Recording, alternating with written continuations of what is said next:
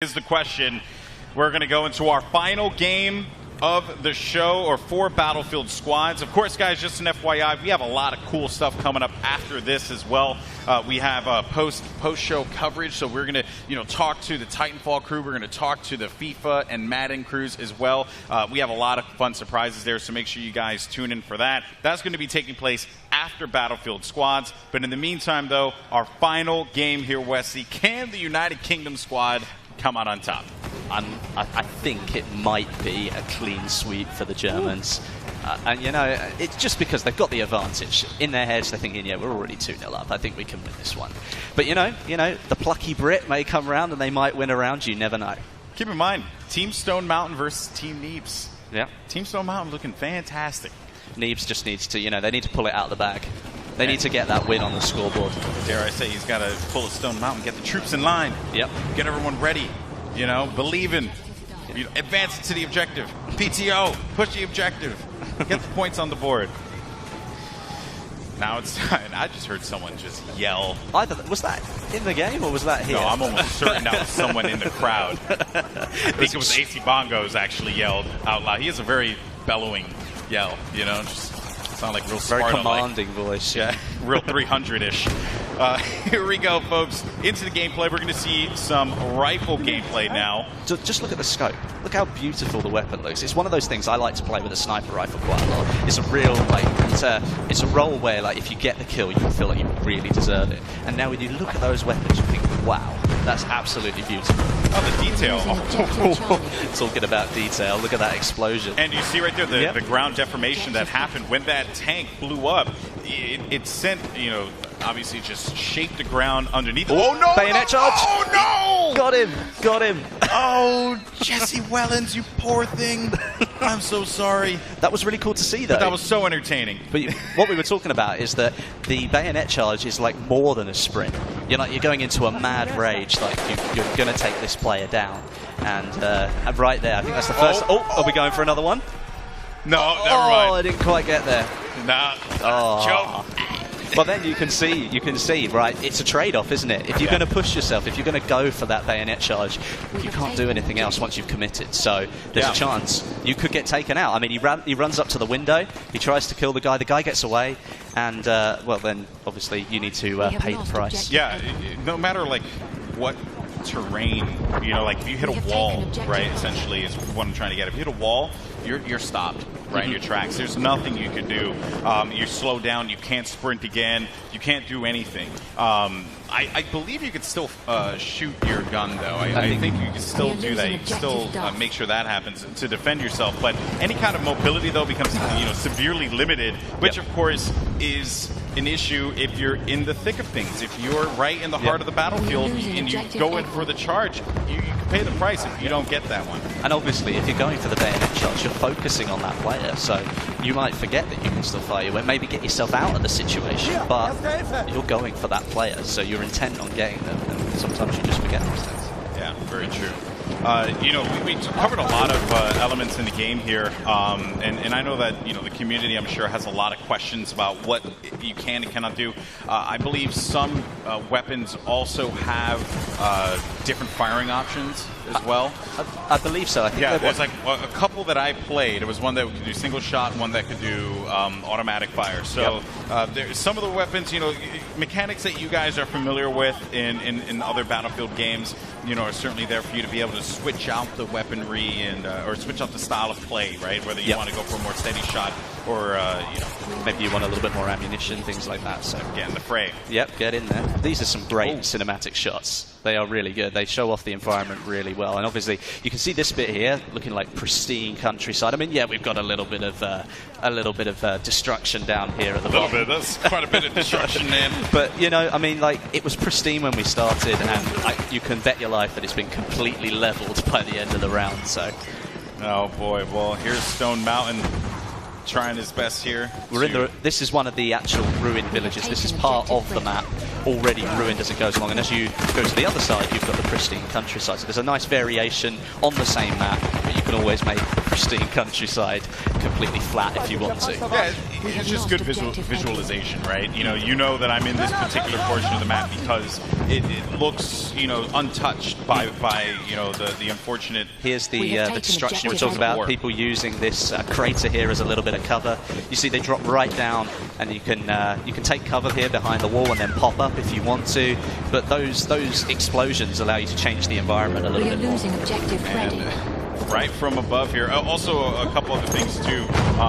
There are certain structures that you can actually level completely, and it will create a crater underneath as well. So for people who may be concerned about, like, maybe a building completely flatlined and there's no cover, there's opportunity for that because of the ground deformation as well. Yeah, I mean, it's almost like, if you think about it this way, the floorboards sort of crumble in on themselves and there's a bit of space underneath them. So if you crouch down, then there's still that tiny bit of wall that's been left behind, and you're still able to take a bit of cover there. So you might be out in the middle of nowhere with people firing down on you, but you've got the opportunity to take some cover and maybe give yourself a little bit more of a fighting chance. Oh, he just jumped out of that airplane. He bailed. So fast. He was not having any of that. But here we go. Now there's Team Stone Mountain trying to push forward, but here comes a tank here, and they're going to get a huge hit on that tank, and the tank goes down. Big plays there for Stone Mountain and his crew, completely decimating that war machine. Good work there from them. Well, I mean, like, you saw the power of the anti-tank grenade there. I mean, it looks like a small object in your hand, but it's sure got a big explosion when it goes off. And multiple ones of those are easily going to be able to take down one of those land ships. Oh yeah, they're just deadly. But I think a lot of people always ask the questions. Well, how do I defend myself against tanks? So there you saw it right there. Work with your team, which is what Battlefield's all about, and you will be able to overcome those odds, even if you're just a small infantryman. Yeah, I mean, there was a great shot there that we just went past that showed, like, the mudlands in between this amazing sort of countryside, and we've got what's already been destroyed. So it was a really nice shot, that one.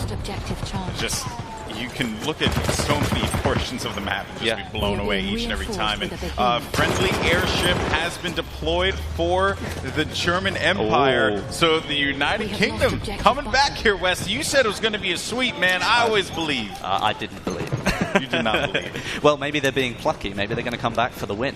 We can't let the Germans get all 3 games. So maybe they've got the knowledge, maybe they got the power to finish the job. Oh, nice play there. Picks up one, but couldn't find the second pickup. That's unfortunate as we go into free cam mode to see the lay of the land, and there is a dogfight happening over by the fields there. Over here, we're going to see what the current objective is for this squad. Seems like they don't have much of an objective here at this time. That's never good, is it? No, squad leaders need to direct the flow of combat. Well, that's part of what you were saying. I mean, the team play is really important. We saw that tank getting taken down. We're seeing the capturing of a flag right here. They've just taken back the townhouse. That's turning the tide a little bit back towards the German Empire, who now have control of more of those conquest flags. Yeah, and with the airship coming in favor of the German Empire. Could they turn it around? They could certainly turn it around here, Westy. I would be very surprised if the UK squad will be able to stop this. If this airship is properly utilized, and just look at the shots raining down. Those are just hefty rounds there that are just causing destruction on anyone. And a melee kill happens just there. One thing that we have to think about with the airship is that if you've got a lot of planes in the sky, you could all work together, take that thing down as quick as possible and stop an assault from the enemy, because obviously they're coming from behind. And now, if you look at it, I believe the German Empire are now in the lead. And there you can see a shot of the gondolas that house those heavy machine guns. We saw just how hefty those rounds looked. Certainly is something to keep in mind, as you want to focus fire on that so that you can prevent anyone from causing too much of a problem here. And there's that anti-tank grenade. Here we go. Can he get a shot on him? That's going to be a big one. Does he get the hit? No. No. The tank pulled away. Although, hang on a minute. Nice. Look at the power. That's insane, isn't it? That's absolutely incredible. I think he might have run out of anti-tank grenades, though, which is why he's running away. That's unfortunate. Vardock is going to get that pick. And there goes the tank. That was a nice takedown. Oh, we got some sniping action here. Can he take him? You want to take into account the bullet drop that happens over this. Oh, goodness gracious. That was some great shots there. Or great angles with our camera shots, whatever you want to call it. That just looked cool. That did look really cool. He's definitely got somebody on his tail, though. You can see the bullets going past. Back with the sniping. Okay. He's trying to lead the shot a little bit, which is actually the smart thing to do. You might get the kill, but he missed out on the drop down there. And the thing, sniping in this game is, it's a challenge. It is, it's going to take a lot of getting used to here. But here you see, he knows that this spot is currently being taken over, and I don't know if that's his teammates. I think we might need to. Well, he's got to try and find where the enemy player is. I mean, you can see on the mini-map, you might just be able to see that. And, it's a tank.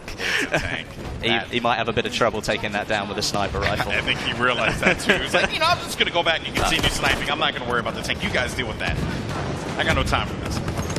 All right. Oh, there you go. That's the ground underneath the building there, so you can still use it as a little bit of cover. It's not fully destroyed yet, but there is a chance that could happen during the game. And especially how Doom was entering that doorway there, had it not been as frantic, potentially the person that he had eliminated would have been able to use the coverage and get a better angle on him and pick him off. So Pony's been left hanging. Yeah, we got the high five. We got the high fives, as long as it happens. Yeah, I know, because then it's that moment that's gift. And it lives forever, and he'll never be able to live it down. So we averted a crisis there, folks. Back on board with the sniper. It seems like the team actually, the team took back the windmill. So carry on sniping to his heart's content. I don't think he's hit a living soul, which is unfortunate. It's like at first, if you don't succeed, try again. Unless you're that guy, just give it a stop. Just for the time being. Move closer, maybe. Like what you might notice, obviously, all these conquest flags are relatively. They're all sort of spaced out perfectly, and. Oh, yes, actually. Let's talk about that. Yeah, so we were brought up before on this, and I did want to talk about a different kind of weather conditions. We saw rain, we saw sun. Now we're starting to see the fog set in, and the fog can be quite brutal. Wes, you have experiences with that too, right? Yeah, I definitely have. And I mean, obviously, we were looking at a map that was giving all different types of gameplay. So you had the close quarters, you had medium range and long range for sniping. Now, if you're a sniper at the top of that windmill over there, there's not a chance in hell that you're going to be able to see what's going on down in the town. So you're going to have to come out, potentially use your pistol, or maybe even swap to another class when you respawn to try and win the battle, because, well, the weather's not going to let you snipe anymore. And keep in mind, too, that this is going to affect the airship. It's going to also affect any planes that are in the air. They won't be able to tell where the infantry are moving. They are covered, essentially, by Mother Nature herself. So now we haven't got long left. We've only got a couple of. There goes the coming down this time. There goes the airship. It's going to fall down, and this is not looking good. Where it's going to land is the question, and how it's going to affect the battlefield is also something of note here. But overall, though, that stop there with the from the German Empire's airship, that was huge because it could have gone out of control. The United Kingdom may have not been able to hold these points. We've got a minute and a half left of the game, and there's only about 15 points in it. So the Germans managed to pull themselves in front, but there's still a chance that the British could bring this round in the last minute of the game, especially with the air. Bull Shark. That was brutal. Bull Shark is brutal, man. He's not anyone's friend. Well, if you look at it now, the British are in the lead, 145 to 128. They've turned it round. Indeed they have, but they are going to be losing point A, and it seems like they might. D is being contested here. White boy can't stand a chance against Doom as he comes around the corner. Yeah, and it looks over to the townhouse. Here we go. Maybe the blue team can get this point here. This is going to be point D that was currently being contested, and they're fighting over townhouse at this moment. A lot of bodies on this point, on this flag. They should be able to get control of it. Well, let's hope so, because if the British do manage to pull off a win, it ends up 2-1. But, you couldn't let go with a 3-0 landslide. You just can't let the sweep happen, man. I mean, you'd want to go out with some dignity. Definitely. You could win the third round, that's consolation. Yeah. Perhaps the tactics weren't there in the first 2 rounds. Maybe we call them warm-up matches. Yeah, right. Those last 2 rounds didn't count. This one is the one that matters because we won. With only 14 seconds left. What a shot! Neebs going down there. He's so happy. That was Stone Mountain to Neebs, if I'm correct. Was it? I believe that was Stone Mountain to Neebs. That is awesome. Well, maybe it's like, we'll let you win this one, but do you know what? I'm going to take you out anyway. And there we go. Well, there you have it, folks. Congratulations to all the competitors. big thank you to everyone who watched here in the arena, here at EA Play, and also for those of you guys watching online. That was cool. That was some cool stuff, man. That was really good. And especially, that's the first time that the public have got to see that gameplay. All these people in the room have now played it. I've had the opportunity to play it already. And now everybody gets to see what Battlefield 1 is like. And, well, I hope you enjoyed it. It was awesome. Thank you so much to everyone who tuned in, to people who watched the EA press conference, to those of you guys who watch Battlefield Squads. But here's good news, folks. We got plenty more coming at you.